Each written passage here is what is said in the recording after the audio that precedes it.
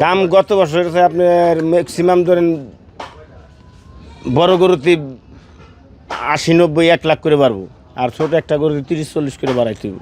মানে গত বছর থেকে গত বছর এক গরুতে অনেক বেশি তো মনে হচ্ছে। কিচ্ছু করার নাই, সব যাতে ভাড়া মাড়া দাম কিচ্ছু করার নাই, সবই গাড়ি ভাড়া বেশি, সব খরচই বেশি। গরুর দাম একটু বেশি হবে মনে করেন, যদি 20 তারিখের আগে যদি মনে করেন যে কিনতে পারে যারা মনে করেন যে পার্টিটা, তারা মনে করেন একটু কমই পাবে, বুঝছেন? আর যারা মনে করেন 20 তারিখের পরে কেনার চিন্তা না করছে, তারা একটু মনে করেন দাম বেশি হবে। কেন দাম বেশি হবে? মাল কম আছে মনে করেন, একটু কম। এখন কাস্টমার আসছে না, মানে কাস্টমার ঘোরাঘুরি করছে, নাই মনে করেন কাস্টমার পরে কিনবে, মনে করেন কম দামে কিনবে, এরকম কাস্টমার ঘুরতেছে মনে করেন। তেলের দাম বাড়ার কারণে কি মনে হচ্ছে? তেলের দাম, তেল তো পাওয়া যাচ্ছে, তেলের তো সমস্যা নেই এখন, আর তেল এখন আর সমস্যা না, তেলের দাম পাওয়া যাচ্ছে, সমস্যা নেই। গাড়ি ভাড়া মনে হয় বেশি, হালকা পাতলে বেশি কুরবানির টাইমে আপনি তেলের টাইমে হয়, ওয়া তো সমস্যা না। দাম বেশি মনে হচ্ছে কেন? বেশি কুড়া বসের দাম বেশি, আপনার খাওয়ানোর দাম বেশি, এগুলো মনে করেন পরিশ্রম বেশি করা লাগে। গরুর দাম একটু বেশি না, গরুর দাম বেশি, কেমন বেশি? অনেক কটাই বেশি বাবা। গরুর দাম বেশি, 30-40 হাজার করে গরুর দাম বেশি হবে গরু পিছে।